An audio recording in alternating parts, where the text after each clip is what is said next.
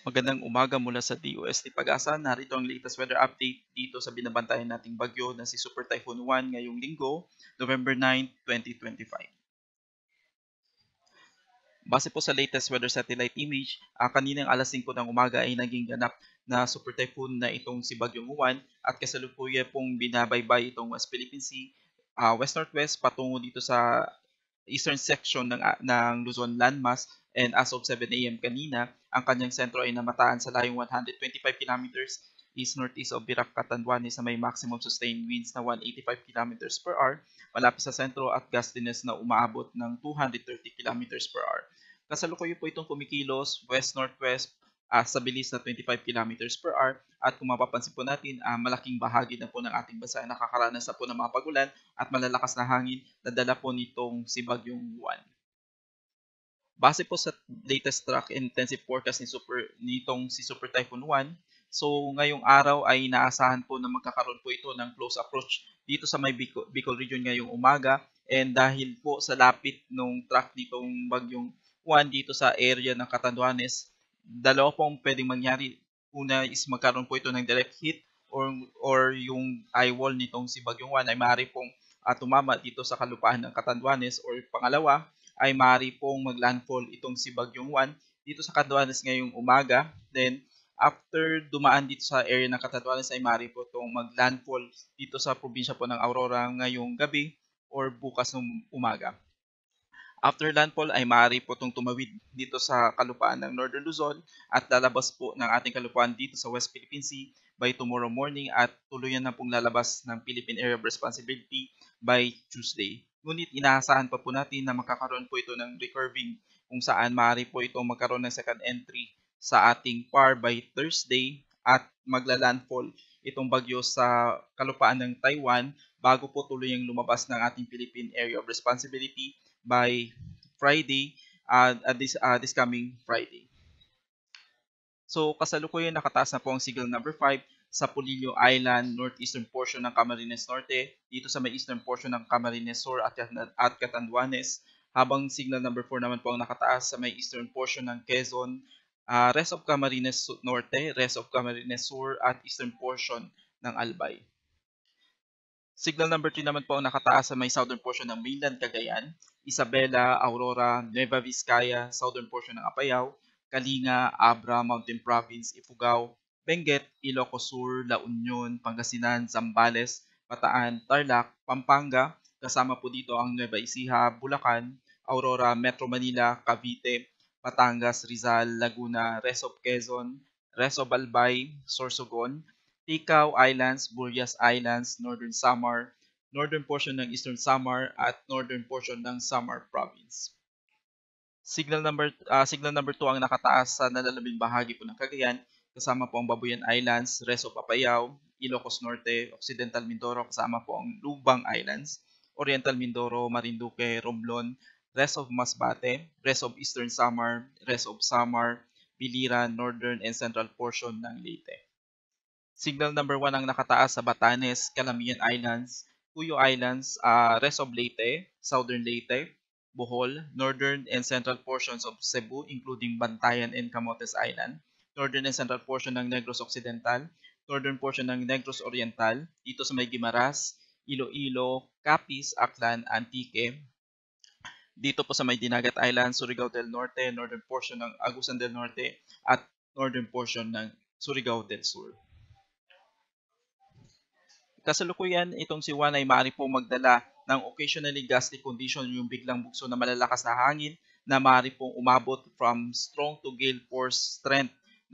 sa mga areas po na hindi po kasama sa wind signal. For today, maaari pong makaranas ng occasional gusty condition ang Palawan, Visayas at Mindanao. By tomorrow, November 10, maaari pong makaranas ng occasional gusty condition ang majority po ng Luzon landmass at Visayas, at pagdating po ng Tuesday, majority po ng Luzon landmass ay maaari pong makaranas ng gusty conditions. Dahil po sa mga pag-ulan na dala po nitong Super Typhoon Juan, ay kasalukuyan po naglabas po tayo ng heavy rainfall outlook kung saan maaari pong makaranas ng more than 200 millimeters na pag-ulan na maaari pong magdala ng widespread or incident ng severe flooding or landslide particularly dito sa Isabela, dito sa Aurora, Quirino, Nueva Vizcaya, dito sa Nueva Ecija, Quezon Province, Camarines Norte, Camarines Sur, Albay at probinsya ng Catanduanes. 100 to 200 millimeters naman ng pag-ulan na maaari pong maranasan dito sa may Cagayan, Apayao, Abra, Kalinga,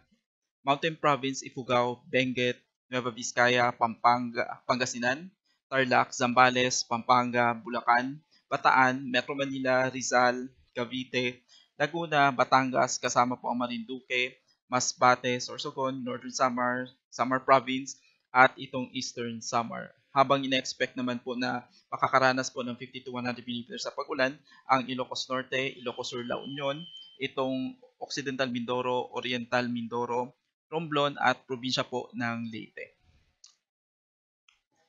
Bukas, dahil po sa pagtawid nitong bagyong Juan at by tomorrow po is inaasahan po natin na yung kanyang sentro is nandito na po sa may West Philippine Sea. So, maaari pa rin po makaranas ng more than 200 mm na pag-ulan ang Ilocos Sur, La Union, itong Pangasinan, Zambales, Tarlac, Benguet, Ifugao, Mountain Province at Kalinga, habang inaasahan naman po yung 100 to 200 mm na pag-ulan dito sa Abra, Ilocos Norte, Apayao, Cagayan, kasama pong Isabela, Quirino, Nueva Vizcaya, Nueva Ecija, Aurora, Bataan, Pampanga, Bulacan, habang 50 to 100 mm naman ng pag-ulan ang inaasahan sa Quezon Province dito sa probinsya ng Rizal, Metro Manila, Cavite, Laguna, Batangas, Marinduque, Oriental Mindoro at Occidental Mindoro. By Tuesday, dahil sa papalayo na po itong si Bagyong Juan, ay makakaranas pa rin po ng 50 to 100 mm na pag-ulan ang Ilocos Sur, La Union, Benguet at Pangasinan. Sa kasalukuyan, naglabas na po ng panibagong storm surge warning kaninang alas 8 ng umaga kung saan maaari po makaranas ng storm surge na merong wave height na maaari pong mag-exceed ng 3 metro, particularly itong mga probinsya po ng Cagayan, Isabela, Aurora, Quezon including Polillo Island, Camarines Norte, Camarines Sur, Albay, Sorsogon, Catanduanes, La Union at Pangasinan. 2.1 to 3 meters naman po ang inaasahan na storm surge dito sa mga probinsya po ng Cagayan, Quezon, Camarines Sur, Northern Samar, Ilocos Sur, Resto Pangasinan, Zambales at Bataan. Habang 1 to 2 meters naman po na storm surge ang maaari pong maranasan dito sa rest of Cagayan including Babuyan Islands, Ilocos Norte, Bataan, Pampanga, Bulacan, Metro Manila, Cavite, Batangas, Eastern Samar, Dinagat Islands at Bukas Grande Islands. Sa kasalukuyan, mayroon po tayong nakataas na gale warning kung saan maaari pong makaranas ng wave height na pwede pong umabot from 2.8 to 14.0 meters. Itong mga probinsya ng Batanes, Cagayan including Babuyan Islands, Isabela, Aurora, Quezon including Polillo Island, Camarines Norte, Camarines Sur, Catanduanes, Albay, Sorsogon, Ilocos Norte, Ilocos Sur, La Union, Pangasinan, Zambales, Bataan, Metro Manila, Batangas, Cavite, itong Lubang Islands, Marinduque, Masbate, Romblon, Northern Coast of Cebu including Batanes and Camotes Islands, Biliran, Leyte, Southern Leyte, Samar, Surigao del Sur, Northern Samar, Eastern Samar, Dinagat Islands, Surigao del Norte, kasama po ang Siargao at Bukas Grande Island. Kasalukuyan, may nakataas na po tayong mga heavy rainfall warning sa iba't ibang bahagi po ng Pilipinas, particularly sa Region 1, Region 2, Region 3. Nakataas na po ang nakakapekto na po yung mga pag-ulan itong si Bagyong Juan dito sa may southern part ng Cagayan Valley, southern part ng Cordillera at Median Steppe Region at dito sa probinsya po ng Pangasinan, at ine-expect po natin na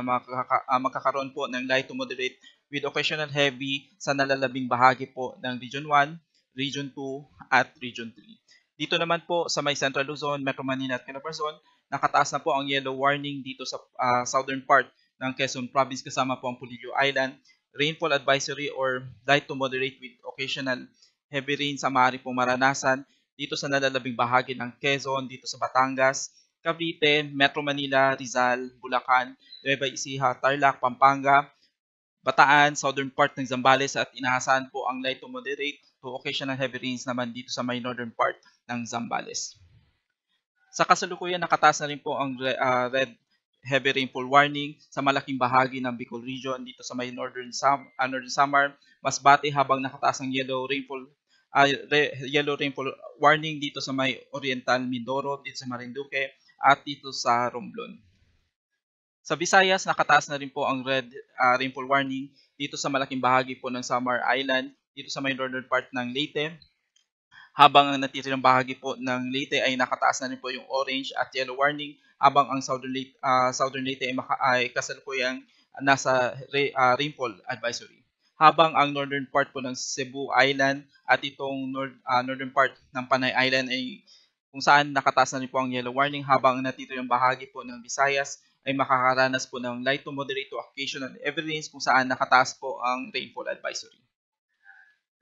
Habang sa Mindanao, malaking bahagi po ng Mindanao, particularly itong western section ng Mindanao, kasama po ang northern Mindanao at Caraga region ay makakaranas na rin po ng mga moderate to at times heavy rains na dala po nitong bagyo ngayong araw. Para po sa karagdagang impormasyon, maaari niyo pong bisitahin ang panahon.gov.ph para malaman kung ang inyong lugar ay kasama po sa mga areas na kung saan may nakataas pong na thunderstorm advisory at heavy rainfall warning.